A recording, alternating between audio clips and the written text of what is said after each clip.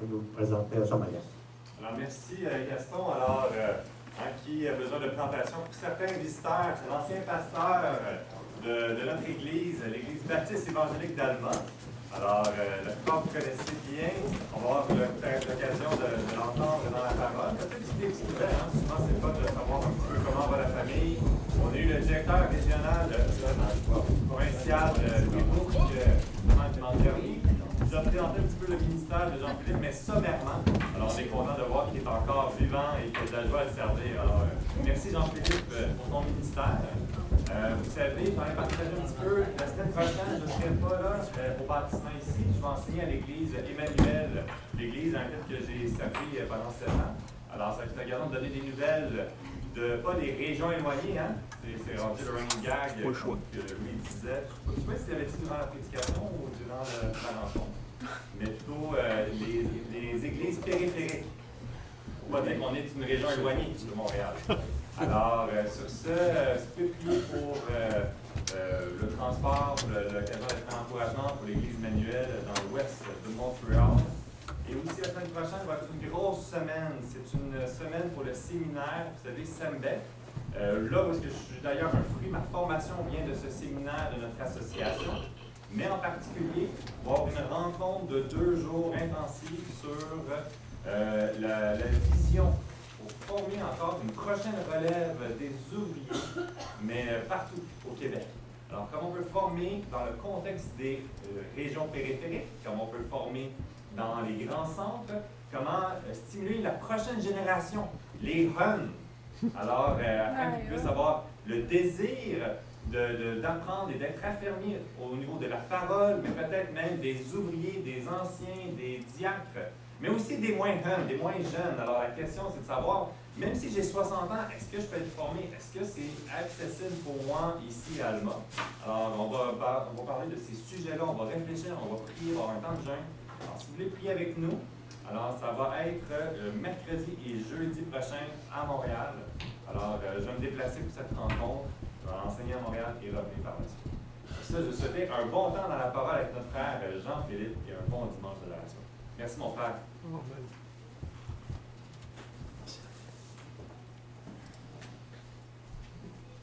Merci, Benoît. Je suis content d'être avec vous.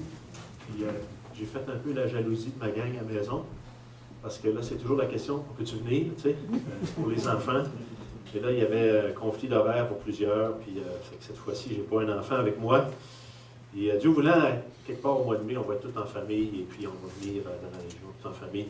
Alors, salutations de la part de Catherine, les enfants. Félicitations, Benoît, pour un petit Janois. Moi aussi, j'en ai une, c'est une petite Janoise. La première année, notre Evelyne, la deuxième année, notre Evelyne est née ici, alors en 2010. Puis, des fois, les enfants ils disent, papa, si on déménage un jour, il ne faudrait pas que ce soit plus loin. J'ai dit, plus loin de quoi? Plus loin d'Alma. C'est déjà 5 heures à retourner. Fait qu'il y a un cœur bien attaché à notre région. Je suis content aussi de voir des nouveaux visages. Le Seigneur ajoute à son Église, parfois parce qu'il y a des gens qui déménagent, d'autres parce qu'ils se rapprochent de la foi et font le cheminement de foi. Je suis content de voir que l'Église accueille des nouveaux visages. Puis il en manque, on dit ce matin. Fait que, alors, c'est ça. Couvrons-nous un instant avant qu'on aille dans la parole. Merci, mon Père Céleste, pour cette précieuse parole qui décrit tellement bien ce qui se passe dans la vie humaine et aussi met en lumière nos cœurs. Met en lumière aussi la souffrance, mais aussi l'espérance qu'on trouve en Jésus-Christ. Alors, Seigneur, émerveille nos cœurs encore ce matin alors qu'on lit ta parole. Visite ton Église ce matin parce que visuellement, on est ensemble, mais spirituellement, tu nous dis aussi que ton esprit est parmi nous. Et tu entends, tu vois et tu veux parler à ton Église. Alors, visite-nous par ton Esprit Saint à travers ta parole ce matin. En Jésus, je te prie. Amen. Et Benoît a dit aussi tantôt vision de formation d'ouvriers à l'association de nos églises. On est aussi en train de réfléchir à la vision provinciale. Comment est-ce que nos églises qui sont associées entre elles peuvent s'entraider, et pas juste provincialement, mais régionalement pour mieux accomplir la vision de l'Évangile, la mission d'Évangile.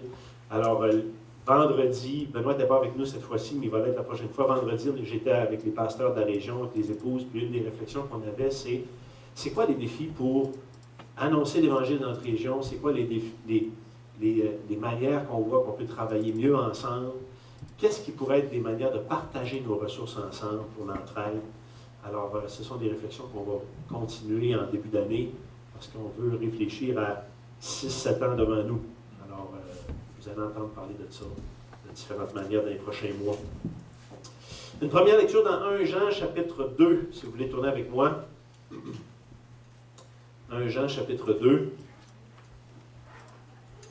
qui va introduire le thème ce matin. 1 Jean, chapitre 2, versets 15 et 17. 15 à 17. Alors, je vous lis ça dans la version seconde, mais je vais la lire ça dans la version Sommeur. On y lit « N'aimez point le monde, ni les choses qui sont dans le monde. Si quelqu'un aime le monde, l'amour du Père n'est point en lui. Car tout ce qui est dans le monde, la convoitise de la chair, la convoitise des yeux et l'orgueil de la vie ne vient point du Père, mais vient du monde.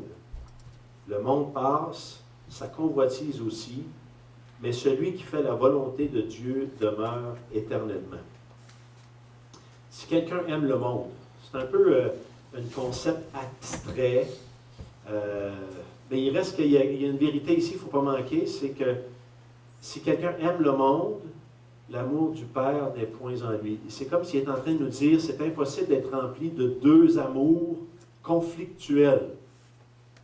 Par exemple, si vous avez une bouteille d'eau, puis vous la remplissez d'eau, qu'est-ce qui se passe? L'oxygène est évacué. Puis tu ne peux pas dire, j'ai 1 litre, puis je vais mettre 1 litre d'eau, puis prétendre que tu peux garder 1 litre d'oxygène en espace là, c'est une autre mesure, l'espace d'air. Il y a une contradiction, puis c'est un peu ça qu'il est en train de dire ici. Il va décrire dans la version Sommeur, quand il dit « Si quelqu'un aime le monde, l'amour du Père n'est point en lui », il va décrire la suite qui est un petit peu différente, ça nous permet de bien saisir ces mots-là.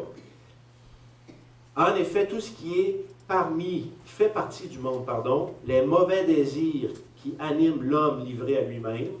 Alors, au lieu des convoitises charnelles, on y lit les mauvais désirs animés qui animent l'homme livré à lui-même. Au lieu de la convoitise des yeux est écrit la soif de posséder ce qui attire les regards. Et au lieu de l'orgueil de la vie, on y lit l'orgueil qu'inspirent les biens matériels. Tout cela ne vient pas du Père, mais du monde. Or, le monde passe avec tous ses attraits, mais celui qui accomplit la volonté de Dieu demeure éternellement. C'est très subtil, la réalité de ce qui se passe dans notre cœur. On n'a pas un thermomètre facile à savoir où est-ce qu'elle en est, mon amour pour Dieu dans mon cœur et mon amour pour les choses du monde, ou mon attachement aux choses du monde et mon attachement aux priorités de Dieu ou la volonté de Dieu dans ma vie. C'est très subtil comment est-ce qu'une affection peut venir remplir le cœur puis évacuer l'autre affection. Ma femme est proche aidante. Vous connaissez Catherine. Ceux qui ne la connaissent pas, elle s'appelle Catherine. Un autre Catherine, mais oui. Elle est proche aidante pour Tante Rose. Vous avez connu Tante Rose au Camp Patmos, qui est en CHSLD avec la mémoire qui s'en va tranquillement. Puis, voisin de chambre, c'est Mario. Puis je vous raconte ça parce que je vais vous partager une observation que Catherine a faite. Mario, lui, il n'est pas en train de perdre sa tête. C'est physique, c'est sa perte d'autonomie. Je trouve ça difficile. En CHSLD, il y a des gens qui perdent leur capacité cognitive, alors que lui, il est intact. Tu sais. Alors, il venait jouer aux cartes avec Tante Rose, mais là, Tante Rose n'est plus aussi capable au niveau cognitif, fait qu'il joue aux cartes avec Catherine. Et Catherine, c'est sa seule visite, une fois par semaine. Ah, il y a une sœur qui vient une fois par 2-3 mois. Puis Catherine a dit l'autre jour, elle a dit, sa sœur est venue en même temps que moi, puis elle est venue jouer aux cartes avec nous autres. Puis Mario, il a dit à sa sœur, pourquoi tu ne viens pas me voir plus souvent? Et la réponse de sa sœur, c'était, tu sais, Mario, je suis très occupé, j'ai la danse, j'ai le golf, J'ai beaucoup d'activités, mais j'ai pas beaucoup de temps. Catherine a dit, puis tu sais, Catherine elle a le sens de ça, elle dit, genre, je n'en revenais pas de ce que j'entendais. C'est comme s'il disait, moi, aller à la danse, c'est plus important que venir te voir. Et jouer au golf, tu sais, je préfère ça à venir te voir. Alors, il y avait une contradiction, là, tu sais, de dire, je t'aime, mais ça ne se traduit pas dans mes... Il y a des affections dans mon cœur, il y a des priorités, il y a des désirs dans ma vie qui font en sorte que j'ai évacué mon amour pour toi, Mario. C'était ça la vraie patente, tu sais. Ah, tiens, on peut comprendre un peu ce qui se dit ici dans ce passage-là, avec cette illustration-là. Et c'est ce que Dieu nous transmet ici. Je ne sais pas si vous avez déjà dit à Dieu, dernièrement, j'ai moins le désir de lire ma parole, j'ai moins le désir de prier. Peut-être que vous avez dit à Dieu, je n'ai pas le temps pour tes priorités, Seigneur, ou je suis moins disponible. Puis là, ces réflexions-là nous emmènent à cette réflexion-là. Tu sais, Mario, j'ai pas beaucoup de temps, je suis occupé. Puis c'est des petits drapeaux orange dans notre vie qui disent, oh, y a-tu, ou il y a peut-être, ou il y a fort probablement dans mon cœur des choses qui ont pris la place ou évacué l'amour pour Dieu ou les choses qui ont un impact éternel. Peut-être aussi vous avez dit, dans votre amour avec les frères et sœurs, puis peut-être vous avez dit, j'ai pas vraiment envie d'inviter telle ou telle personne chez nous.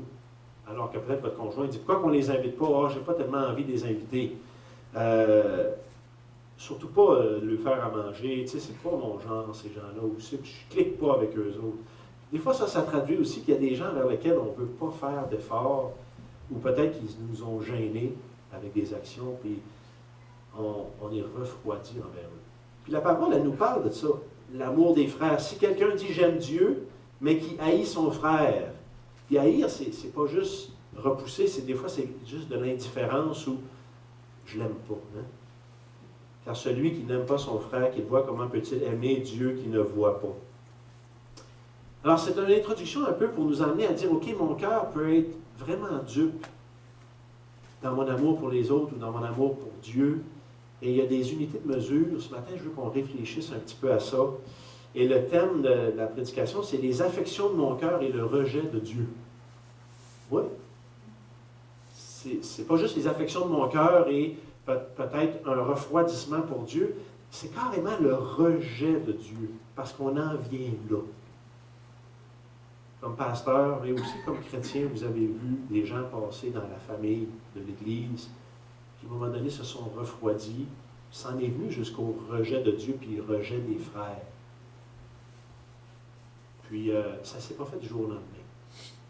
Il y a des étapes subtiles. On va les regarder ce matin un petit peu dans le récit, les pièges subtils qui peuvent nous emmener à se refroidir et en venir à évacuer l'amour pour Dieu dans notre cœur.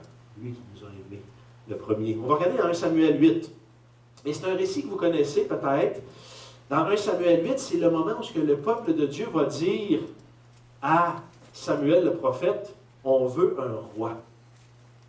Puis ils ont des raisons légitimes. On va regarder ça un petit peu, mais on va voir aussi que ça cache des motivations de cœur qui les emmènent à révéler qu'ils sont en train de rejeter Dieu. Mais ils ne sont pas révélés comme ça du jour au lendemain.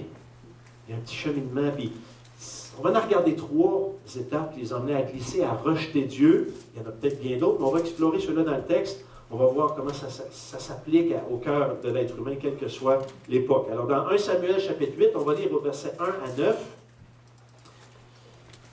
puis aussi 19 à 22. Vous êtes là? 1 Samuel. Lorsque Samuel devient vieux, il établit ses fils juges sur Israël. Son fils premier-né se nommait Joël, et le second Abijah. Il était juge à Beersheba. Les fils de Samuel ne marchèrent point sur ses traces, et ils se livraient à la cupidité, recevant des présents et violaient la justice. Qu'est-ce que ça veut dire ici? C'est qu'ils recevaient des enveloppes brunes. Hein? C'est pas grave si elle est blanche ou brune, on comprend le principe. Il n'était pas impartial. Puis, la cupidité affectait leur service. comme juge et comme relève, juge et prophète de Dieu. Verset 4. Tous les anciens d'Israël s'assemblèrent et vinrent auprès de Samuel à Rama. Ils lui dirent, voici, tu es vieux, et tes fils ne marchent point sur tes traces. Maintenant, établis sur nous un roi pour nous juger, comme il y en a chez toutes les nations. Samuel vit avec déplaisir qu'il disait, donne-nous un roi pour nous juger. Et Samuel pria l'Éternel. L'Éternel dit à Samuel, écoute la voix du peuple dans tout ce qu'il te dira, car ce n'est pas toi qu'il rejette, c'est moi qu'il rejette, afin que je ne règne plus sur eux. Ils agissent à ton égard comme ils ont toujours agi depuis que je les ai fait monter d'Égypte jusqu'à ce jour. Ils m'ont abandonné pour servir d'autres dieux. Écoute donc leur voix, mais donne-leur des avertissements, fais-leur connaître le droit du roi qui régnera sur eux. Puis là, les versets 10 à 17, il va leur dire, voici ce que ça implique, ce que vous voulez. Le roi va avoir le droit de recruter vos enfants pour aller dans l'armée, vos fils pour labourer ses champs. Il va choisir les meilleures vignes, les meilleurs champs du royaume, il va les prendre pour ses généraux, puis là, il va prendre vos filles pour en faire des cuisinières, puis des pâtissières, puis là, il va les emmener à la guerre, ces soldats-là. Puis là, il décrit tout ça, puis il va même jusqu'à dire, il prendra vos serviteurs et vos servantes, verset 16, vos meilleurs bœufs, vos ânes, il servira pour ses travaux, il prendra la dîme de vos troupeaux, et vous-même, vous serez ses esclaves.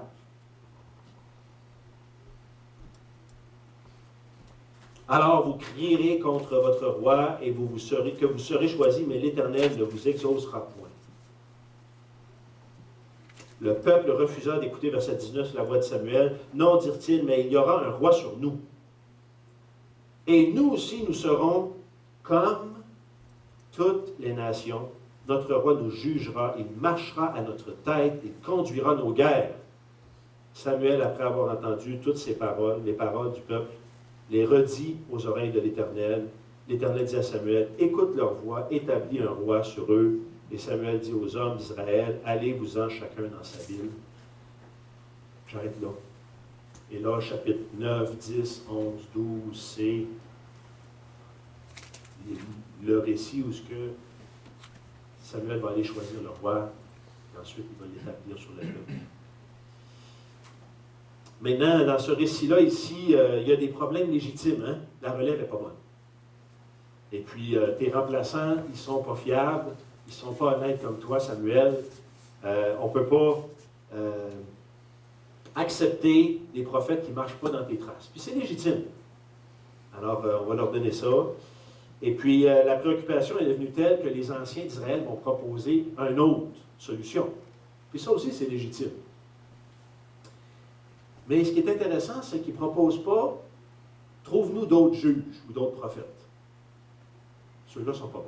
Demande à l'Éternel d'en choisir. Si c'est toi qui as choisi Samuel, ce n'est pas des bons. C'est pas ça la solution, c'est on veut un changement de gouvernance. On pense qu'on devrait être gouverné comme tous les autres peuples. Puis ça traduit un autre paradigme de solution. On veut être gouverné autrement. Et puis, et Dieu n'est pas dupe, Dieu va voir clair là-dedans.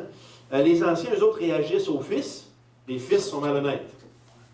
Puis Samuel, lui, va réagir aux chefs, aux anciens d'Israël, parce qu'il se sent rejeté.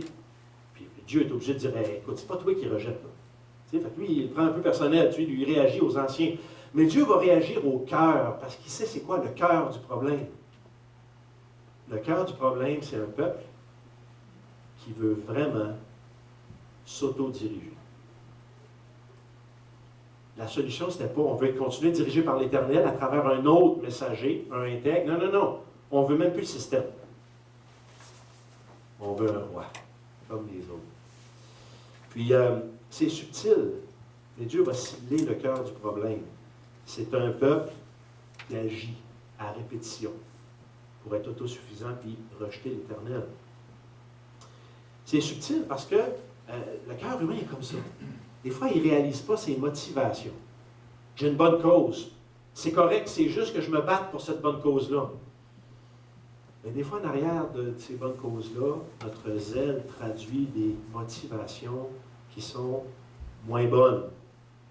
Alors, 3 pièges que je voudrais juste soulever avec vous rapidement, des pièges dans lesquels les anciens d'Israël ont glissé, qui les ont amenés à subtilement rejeter l'Éternel. Puis le premier, c'est de focaliser sur le péché des autres et devenir aveugle à leur propre péché. Puis regardez ça au verset 3. On cible ici ce que les anciens d'Israël ont vu. Les fils de Samuel ne marchent point sur ses traces. Ils se livraient à la cupidité, recevaient des présents et violaient la justice. Alors, c'est légitime. Et ils vont dire, les dirigeants dans ce poste-là, ils ont des péchés graves. Alors, c'est des dirigeants qui critiquent d'autres dirigeants. C'est correct. Mais quand on regarde la solution, ça traduit qu'ils sont aveugles à leur propre péché.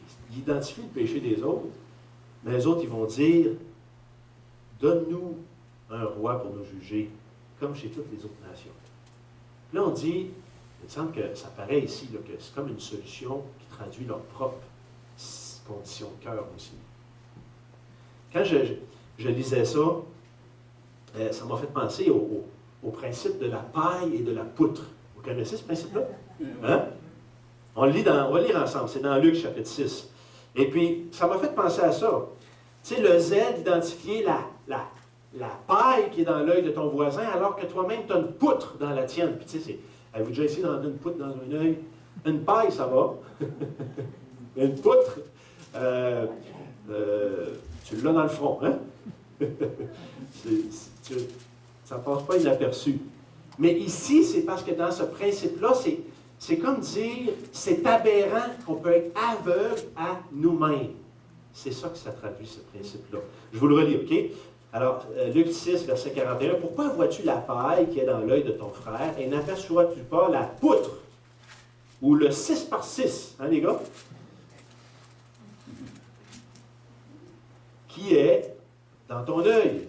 Ou comment peux-tu dire à ton frère, laisse-moi ôter la paille qui est dans ton œil, toi qui ne vois pas la poutre qui est dans le tien. Hypocrite, ôte premièrement la poutre qui est dans ton œil, alors tu verras comment ôter la paille qui est dans l'œil de ton frère. » Puis, c'est assez graphique hein, comme illustration, mais ça illustre l'orgueil du cœur. Comment est-ce que des fois on est aveugle à nos propres péchés? Et ça va se traduire des fois dans l'intensité du zèle avec lequel on va s'acharner pour pointer les autres. C'est mal ce qu'il fait ou c'est mal ce qu'il a fait. Puis là, on a une réunion de famille. Hey, le beau-frère, ça se peut-tu se comporter comme ça, puis ça se peut-tu, il n'arrête pas de parler de ses affaires. Puis là, on regarde, on ne voit pas là, que c'est pas de l'humilité, c'est pas de l'amour du prochain, c'est pas de la grâce. Là, je suis animé de quelque chose. Là. Il y a des fruits qui ressortent. Là. Puis je pensais à ça, puis l'autre jour, je suis allé faire une randonnée en nature avec mes enfants dans une espèce à Berthierville, un parc où il y a plein d'oiseaux. Puis là, j'ai ramené mes jumelles. Tu sais, j'ai sors une fois par 5 ans. Puis là, j'ai dit, ouais, c'est la fois par 5 ans. Tu sais. Là, j'ai ramené mes jumelles, puis j'ai vu des choses extraordinaires. Et je ne sais pas si vous avez déjà fait ça, l'observation d'oiseaux, là, mais là, on a des bonnes jumelles, puis là, on ajuste ça, puis on tricote, puis là, on finit par voir limpide. Tu sais? Puis là, wow! Là, mon garçon, il dit, hey, papa, il y en a un autre site, là, c'est une autre sorte, celui-là, tu sais. Puis là, ben, je m'en viens là, puis je vous tout brouille. Parce que de là à là, ben, là, c'est 100 pieds, puis là-bas, c'était 200 pieds. Là, on tricote ça, tu sais. Mais avez-vous déjà pris vos jumelles, puis les descendre, puis là, regardez vos pieds. C'est même plus brouille. C'est un voile blanc ou gris. Ça se passe comme ça, hein? Plus on travaille là, avec zèle à critiquer, à identifier ou à juger le péché dans la vie des autres, ça nourrit un orgueil d'aveuglement à nos propres péchés. Puis c'est pas juste brouille. On en vient facilement, complètement aveugle. C'est un peu le principe ici. Et regardez la suite dans Luc, chapitre 6, verset 45. L'homme bon, verset 45 du même chapitre 6. L'homme bon tire de bonnes choses du trésor de son cœur, et le méchant tire de mauvaises choses de son mauvais trésor, car c'est de l'abondance du cœur que la bouche parle. Alors Dieu est en train de dire, c'est l'histoire de la poutre, puis de la paille. C'est pas juste d'identifier le péché, c'est surveille ton cœur. Ton zèle va traduire ton propre aveuglement à tes péchés. Et là, ça, c'est une première étape, tu sais, des fois qui est un élément, un piège dans lequel on va glisser subtilement à rejeter Dieu, puis il y a quelque chose qui va s'infiltrer dans notre cœur, qui va évacuer la grâce de Dieu, l'amour de Dieu, puis on ne sera plus capable de donner aux autres, là. Parfois, dans un conflit, on va reprocher à l'autre de ne pas écouter, puis c'est moi qui n'écoute pas. Ou on va dire aux autres, ben là, il n'y a personne qui s'informe de moi, puis mais moi, je m'informe-tu des autres, tu sais? Puis là, des fois, on reste attaché là, on reste pogné là, tu sais? Puis le principe ici, c'est pas qu'il n'y a pas des moments où il faut aller faire un reproche à un frère ou une sœur pour les aider à sortir de... Mais ça aurait été tellement différent s'il aurait dit à Samuel, Samuel, je ne sais pas si tu le sais, mais tes fils ne sont pas intègres. Alors, il faut qu'on demande à Dieu, qu'est-ce qu'on fait? Ce n'est pas eux autres. Qui est-ce que Dieu veut nous donner, tu sais? Mais ça aurait été toute autre chose. Là, ça traduit que c'est autre chose. Il y avait vraiment une poudre dans leur œil. Deuxième chose, ils ont rejeté le système de gouvernance de Dieu mis en place. Là, ils ont glissé, là, ici. Ils n'ont pas juste dit à Dieu, Dieu, donne-nous quelqu'un d'autre. Ils ont dit à Dieu, on tasse le système au complet. Là, tu dis, oh, on vient d'aller quelque part d'autre. On ne l'a pas vu venir, cela. Là. On tasse tout le système de gouvernance de Dieu. On évacue Dieu ici, là. On voit ça dans leur langage quand ils vont en parler. Ça devient encore plus clair, plus limpide au verset 19. Le peuple refusa d'écouter la voix de Samuel, parce que là, Samuel, là, il a dit plutôt, il a rapporté toutes les paroles que l'Éternel lui avait dit. Fait que le peuple, ils ont entendu que Dieu n'est pas en faveur. Puis il va y avoir des conséquences. Puis tout à l'heure, je n'irai pas vous plaindre dans vos conséquences. Le peuple est complètement toqué à vouloir choisir une autre voie. Et là, regardez, il faut saisir ici. Non, dit-il, verset 19, il y aura un roi sur nous. Nous aussi, nous serons comme toutes les autres nations. On ne veut plus être comme la nation d'Israël, on veut être comme les autres. Et là, on veut ce que les autres ont. On veut être comme le monde. Comme on dit dans le sac. Tu sais, mais on a donné tout attachement aux attraits, puis à l'orgueil, puis à ce qui chaîne chez les peuples qui sont gouvernés sans Dieu. C'est quasiment dire ça. C'est comme si on veut être gouverné sans Dieu. Notre roi nous jugera, il mâchera notre tête, il conduira nos guerres. Oh! Dans les chapitres précédents, c'est Dieu qui conduisait les guerres. Mais il veut un roi pour prendre la tête. C'est pas si subtil que ça quand on prend le temps de regarder ce qui se passe ici. Et puis, je veux rappeler un peu l'expérience. On m'a donné un petit peu de crédit. Ils ont une expérience de cheminement difficile comme peuple de Dieu. Parce que nous aussi, on a des réflexions qui vont nous emmener à des raisonnements comme ça dans notre expérience qui, si on considère notre expérience, on va dire, j'ai vécu des affaires qui m'ont amené à glisser. Je ne veux pas dire que c'était correct de glisser, mais si on lit au chapitre 4, bien, ça c'est dans le début du ministère de Samuel, on est dans le modèle de gouvernance où l'Éternel parle à travers un prophète, l'Éternel parle à travers un juge, l'Éternel gouverne en Israël à travers un prophète et un juge, c'est pas un roi. Ça c'est le modèle de gouvernance, tu sais, avant il y a eu Élie, ensuite Samuel, mais dans le chapitre 4, ils vont à la guerre, puis ils perdent. 4000 personnes meurent au combat. Ils reviennent, puis ils ont dit, on va prendre l'Arche d'Alliance, puis c'est comme, hey, on ne peut pas perdre si l'Arche d'Alliance est là, tu sais. Les autres, ils ont totalement oublié là, que si on perdu, c'est parce que Dieu est en train de les désapprouver, ils ont égaré dans leur cœur, ils sont idolâtres, ils ont une saison où ils ont abandonné Dieu. Puis, ils retournent à la guerre et ils perdent 30 000 soldats. Puis ils se font dérober l'Arche d'Alliance. C'est la seule fois dans toute la Bible qu'on vole l'Arche d'Alliance. Ça n'a pas été payant, parce que les Philistins ont eu bien des maladies avec ça. Plusieurs mois plus tard, ils ont retourné l'Arche d'Alliance, ils n'étaient plus capables d'être malades dans toutes les villes où l'Arche d'Alliance était gardée. Dieu est capable de se défendre tout seul. Hein? Mais là, c'est la défaite des Philistins. Ils partent en déroute. Plusieurs milliers de morts, plusieurs milliers de familles affectées par ces morts-là. Ils se sentent désapprouvés par Israël, par l'Éternel. Puis lorsque l'Arche d'Alliance est retournée, au chapitre 6, chapitre 5, Bien, la ville qui l'accueille se comporte mal avec l'Arche de l'Alliance. Ils ne l'ont pas regardé comme qu'ils devraient, ils ne l'ont pas manipulé comme qu'ils devraient. Puis il y a 70 hommes dans la ville qui sont morts. Puis là, ça leur semé une espèce de crainte, pas une crainte respectueuse, une crainte d'une terreur de l'Éternel. Et pendant 20 ans, Israël est dans la défaite. Alors là, tu sais, sous le ministère de Samuel, les 20 premières années ne sont pas bonnes. Et puis, c'est pas la joie, c'est pas la victoire. Là, au chapitre 7, Israël se repent, ils vont au combat. Puis là, c'est extraordinaire, la repentance. Les cœurs reviennent à l'Éternel au chapitre 7. Puis là même, ils vont offrir des sacrifices, puis toute l'affaire, le peuple est réuni, le peuple est confronté pour son péché d'idolâtrie. Le problème est un problème de cœur. Puis regardez au verset 7, au chapitre 7, je vais vous le lire.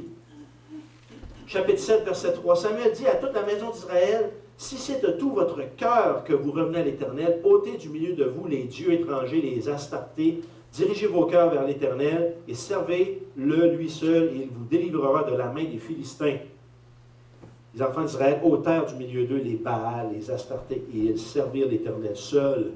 Et on dit au verset 6, « Nous avons péché. » Alors, les cœurs reviennent. Ils n'ont même pas fini d'offrir les sacrifices. Les Philistins les attaquent déjà. Ils ne sont pas prêts à combattre. Mais inquiétons-nous pas. L'Éternel combat pour eux. Ah, on revient au modèle de gouvernance de Dieu. L'Éternel combat pour son peuple. Puis là, l'Éternel avait déjà commencé à combattre avant qu'ils viennent sur le pied de guerre, puis eux autres ils ont juste poursuivi les fuyards. C'est juste pour dire, hein? Ça, c'était un modèle de gouvernance qui marche. Mais, des derniers à peu près 40 ans, 20 ans, où ça n'a pas marché à cause de leur cœur. Puis là, depuis quelques années, on ne sait pas combien de temps, mais ça fait quelques années que le modèle de gouvernance, il ne marche plus. Pourquoi? Parce que les nouveaux dirigeants ont le cœur à la mauvaise place. Fait que là, on a encore un modèle de gouvernance qui ne marche pas. Mais ce n'est pas encore à cause de Dieu. C'est à cause des cœurs. Et là, c'est le cœur des dirigeants. Alors, dans leur expérience de marche avec Dieu, on pourrait dire qu'il y a probablement plus d'années de douleur que d'années de joie. Puis des fois, comme croyant, on peut dire aussi, sais-tu, Jean-Philippe, je recule, puis dans mon expérience de vie chrétienne, il y a peut-être plus d'années de douleur que de joie. Mais ce n'est pas faute de Dieu. C'est mon cœur. J'ai erré dans des moments. Le danger, c'est qu'on dit, le système de gouvernance, je le jette. C'est plus facile de jeter le système de gouvernance qu'adresser les cœurs. Ouais. Ben oui. Parce que quand je dois adresser mon cœur, il faut que je me repente. Wow! C'est le cœur qui préoccupe l'Éternel. Puis le cœur, Dieu peut le redresser. Il va les pardonner. Il va les restaurer. Ils vont retrouver leur communion avec Dieu au chapitre 7. Nous aussi, on est tentés lorsque les systèmes de gouvernance que Dieu a mis en place dans notre vie ne marchent pas. On est tenté de jeter le système parce qu'on ne veut pas affronter notre cœur. Peut-être que dans notre mariage, c'est difficile. On dit, bien, il y en a d'autres qui se séparent. Mais ce n'est pas la solution. Le mariage est encore un modèle de gouvernance de la famille bénie par Dieu. Demande au Seigneur de te montrer ce qui se passe dans ton cœur, puis celui de ton époux, ton époux.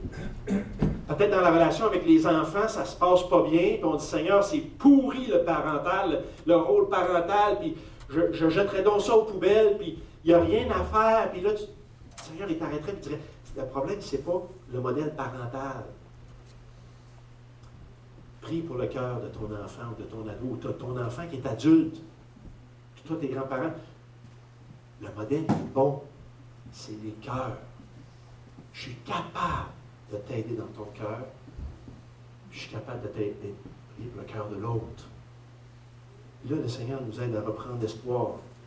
Le modèle d'obéir à nos patrons, C'est béni de Dieu. Le modèle d'obéir au gouvernement, c'est béni de Dieu. Oui, tous les modèles, il y a des pécheurs, il y a des hommes là-dedans, il y a des femmes pécheurs, puis là, ben, on se ramasse qu'on a le goût de dire non, le système ne marche pas.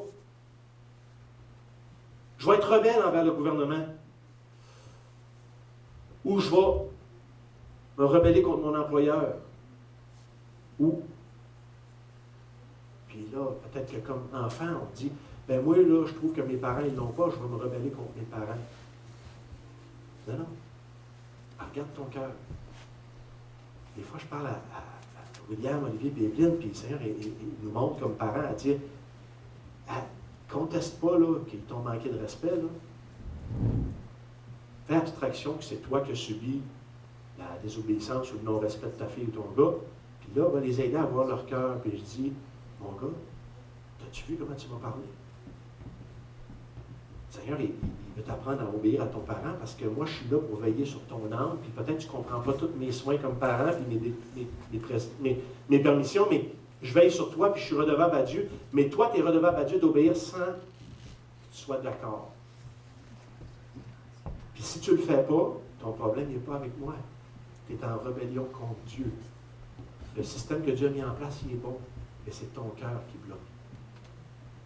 Là, je me place devant Dieu. Je ne suis plus en train de me boquer avec mon gars. Ah, des fois, je manque le bateau, là. Mais quand je suis bien aligné avec Dieu, je me parle de même. Puis ça porte ses fruits.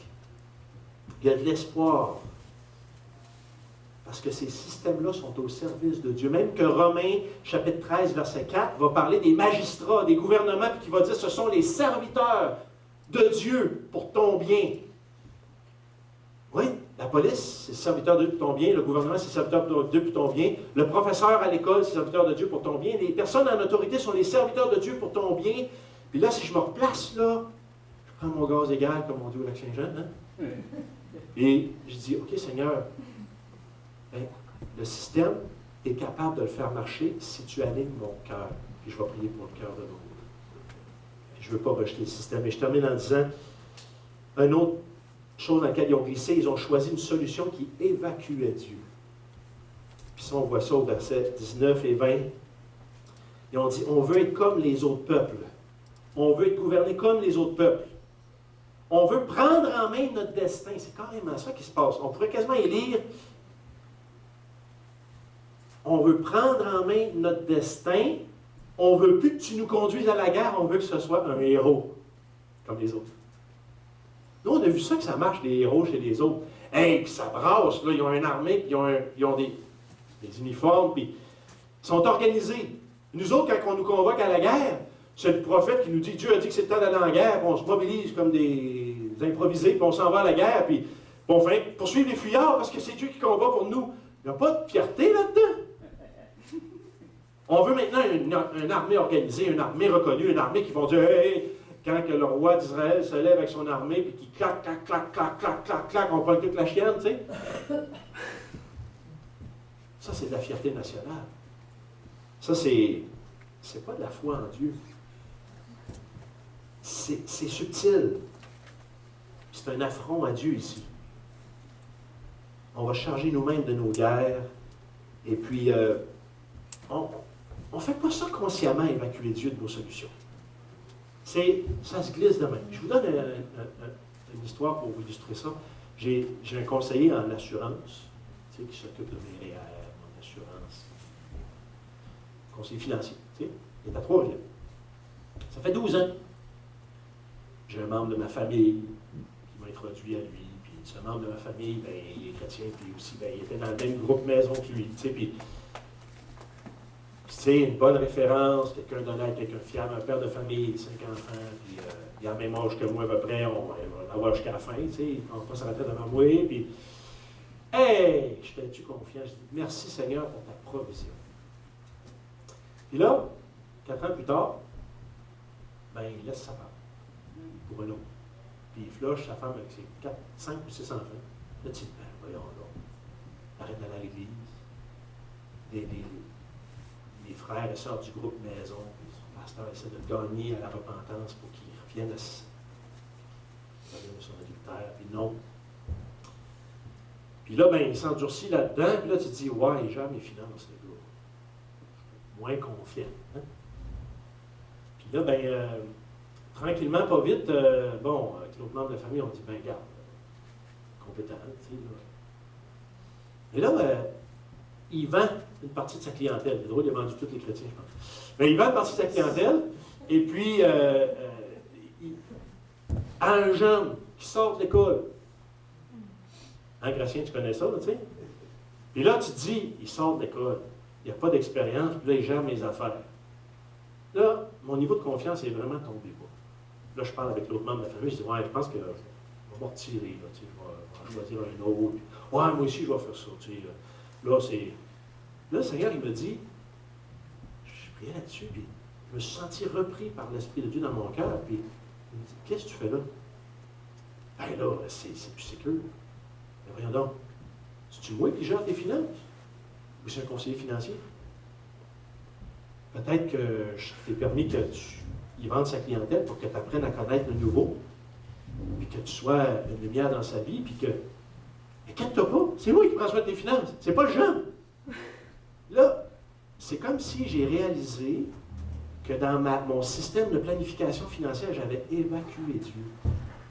Ma confiance était dans le conseil. Là, je perdais ma confiance dans le conseil. Je prenais le contrôle de la situation, puis il fallait que je m'en trouve un autre de confiance. Puis au début, j'avais commencé à dire, ah, merci Seigneur, il a pourvu un bon conseiller. Puis Seigneur, il m'a montré avec le temps que ma confiance n'était pas dans Dieu, les finances. Elle était dans le conseil. Des fois, on va faire ça avec notre médecin.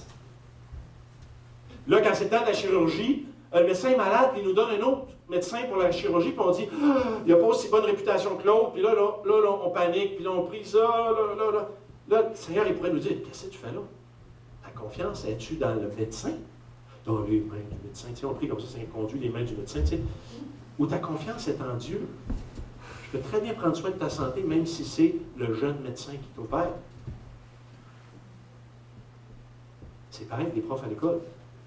Comme parent, là, quand un prof, au début de l'année, il prive mon enfant de ses outils, parce que un des enfants est dyslexique, il a besoin de temps de plus pour faire ses examens, il a besoin de son ordinateur avec un logiciel qui lui lit les questions, tout ça. Puis là, quand un prof, il ne lit pas son dossier, il ne donne pas ses outils, on a le goût d'appeler à l'école, c'est toujours en septembre, hein, octobre, on a le goût d'appeler à l'école et de dire, ben voyons donc, vous n'avez pas lu le dossier, puis là, on a le goût d'être dur avec le professeur. Parce que là, il faut que mon gars ne soit pas découragé parce qu'on gère son niveau d'encouragement. Tu sais. Puis là, si elle ne fait pas son travail, elle va le décourager. Puis si lui est découragé, ça ne marchera pas. Là, je pourrais en venir à être dur avec elle, puis dur avec la direction. Vous ne faites pas votre travail, puis là, je deviens raide au téléphone. Comme si Dieu n'était plus là pour prendre soin de mon gars. C'était le prof, puis la direction, puis le programme, puis les outils. Là, le Seigneur, il dit, calme-toi, là, Philippe, là. C'est moi qui prends soin que ton gars ne se décourage pas. Qui persévère parce que c'est dur pour lui. Là, je dis, ah oui, Seigneur, il ne faut pas que j'évacue. C'est toi qui prends soin. Puis là, je ne prends pas les armes de ce temps-là. Je reste calme. Et ça, c'est une belle leçon qu'on apprend ici. Attention, il y a peut-être des solutions que je prends dans ma vie qui évacuent Dieu.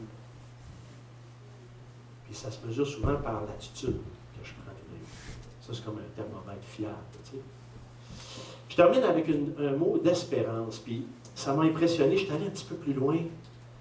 Puis j'ai découvert quelque chose d'extraordinaire. Dieu lui donne un roi. Là, tu te dis, voyons, si c'est pas bon, ils ont demandé quoi de pas bon. Pourquoi Dieu lui donne un roi? C'est comme si Dieu leur dit, ben c'est ça, vous voulez un pain de misère, on va vous en donner un pain de misère, puis tu vas en baver, puis vous allez en baver longtemps. Puis on pourrait penser ça. On sait que le premier roi, il n'était pas si bon que ça. Il était bon un petit peu au début, puis ça, il s'en vient. Mais Dieu n'est pas un Dieu vengeur, que quand on fait un mauvais choix, ben, il nous livre à notre mauvais choix, puis il dit, tiens, t'en as pour 20 ans de misère, tiens, ravale-moi ça. C'est pas ça, c'est pas comme ça qu'il est Dieu. Puis ça, on découvre ça au chapitre 12, puis j'aurais pas le temps de tout le lire, là. Vous allez à la maison, puis vous allez le lire, OK? Mais je vais vous donner le petit preview. Ça va?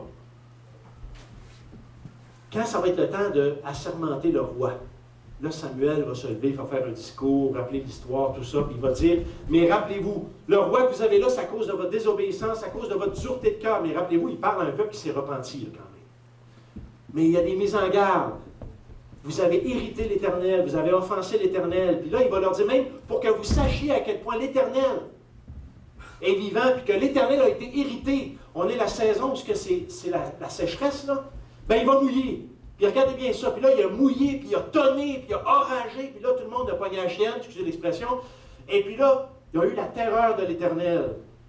Puis là, ils ont comme dit, hey, prie pour nous, on va mourir. Tu sais, puis là, Samuel a dit, le but de l'exercice, c'est pas ça. C'est que l'Éternel veut se révéler à vous à nouveau. Wow! L'Éternel qui dit non seulement, suivez-moi, je vais œuvrer dans votre vie à travers ce roi-là. Suivez pas le roi, suivez-moi. Puis là, Dieu se manifeste envers eux. C'est pas tout le monde qui avait vu la manifestation de la mer Rouge puis les 10 plaies d'Égypte. Mais Dieu, à chaque génération, il veut manifester sa grandeur. Puis là, Samuel, il dit, comprenez pourquoi Dieu a fait ça. Il s'est révélé à vous. Maintenant, répondez à ça. Suivez-le, puis obéissez-le, puis servez-le de tout votre cœur. Wow! Ça me fait penser à nous dans le Nouveau Testament, lorsqu'on lit dans Jean, nous l'aimons, on aime l'Éternel, nous l'aimons parce qu'il nous a aimés le premier. La foi en Jésus-Christ, c'est pas moi qui dis, wow, je vais montrer à Dieu que je suis digne d'amour, puis je vais le servir, puis je vais me mériter un salut. Ça, c'est la religion du monde. La foi en Jésus, c'est, je suis perdu, je suis en faillite spirituelle, parce que Jésus m'a aimé, moi qui étais en faillite spirituelle, j'étais condamné à la mort éternelle. Je suis saisi de cette réalité-là, puis je me repens de mes péchés, puis la raison que je veux suivre Jésus, c'est parce que je veux l'aimer en retour. C'est exactement ce qui se passe ici. Samuel va placer devant eux les vraies motivations pour mon service, notre service. Puis je vous le lis dans le chapitre 12. La section que je vous invite à lire, c'est le chapitre 12, verset 12 à 25 à la maison, mais je vous lis le verset 24. Craignez seulement l'Éternel et servez-le fidèlement de tout votre cœur, car voyez quelle puissance il déploie parmi vous. Il est en train de dire, servez-le de tout votre cœur. Puis voici la motivation. L'Éternel vient de se révéler à vous. Puis il y a une autre chose qu'il a dit. Il nous a dit, Dieu vous a pardonné. Dans les versets suivants, vous allez aller lire à la maison. Dieu vous a pardonné. Dieu vous appelle encore son peuple. Ah! Dieu renouvelle son allégeance d'attachement envers son peuple. Maintenant, parce que Dieu vous aime, aimez-le en retour. Prions ensemble. Merci, Père Céleste, parce que c'est incroyable comment tu fonctionnes. Tu fais toujours les premiers pas. Nous, on s'égare, puis tu trouves moyen de nous rappeler que tu nous aimes. De nous rappeler que tu pardonnes le péché. Et Seigneur, nourris notre foi en nous rappelant que tu nous aimes, puis nourris notre motivation de t'aimer en retour. Nourris notre espérance, Seigneur, que tu es capable de toucher notre cœur pour que les difficultés dans la famille, au travail, on puisse reprendre l'espoir. Fais un miracle dans nos cœurs. Et renouvelle notre foi que tu peux le faire dans le cœur des autres, Seigneur. Merci, Seigneur, parce que tu as donné la solution pour notre cœur. Dans Jésus, je te prie. Amen.